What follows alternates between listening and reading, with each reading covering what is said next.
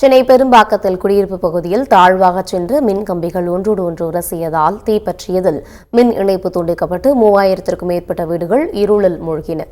பெரும்பாக்கம் நேதாஜி நகரில் மின் கம்பிகள் ஒன்றோடு ஒன்று உரசி தீப்பற்றிய நிலையில் ஒரு கம்பி அறுந்து 10க்கும் மேற்பட்ட வீடுகளின் மீது விழுந்ததாக கூறப்படுகிறது.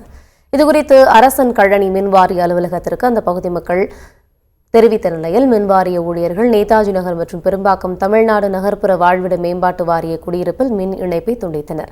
இதனால் 3000க்கும் மேற்பட்ட வீடுகளில் மின்சாரமின்றி குடியிருப்பு வாசிகள் தவித்து வருகின்றனர். அரசன் கழனி மின் வாரிய எல்லைக்குட்பட்ட வேடந்தாங்கல் நகரில் மின்கம்பி அருந்து சாலையிலேயே கிடப்பதால் பொதுமக்கள் அச்சமடைந்தனர். அருந்து விழுந்துள்ள மின்சார கம்பிகளை அகற்றி சீரமைப்புகளை மின்வாரிய ஊழியர்கள் விரைவாக மேற்கொள்ள வேண்டும் என்றும் பொதுமக்கள் கோரிக்கை விடுத்துள்ளனர். திடீர்னு கரண்ட் வெடிக்கிற சவுண்டு கேட்டுச்சு. அதனால் நாங்கள் வெளில பார்த்தோம். கேட்டில் ஒயர் அறுந்து விழுந்தது. உள்ளே ஒரு ஒயர், வெளியில் ஒரு ஒயர் இருந்துச்சு கேட் மேலே, இரும்பு கேட்டு.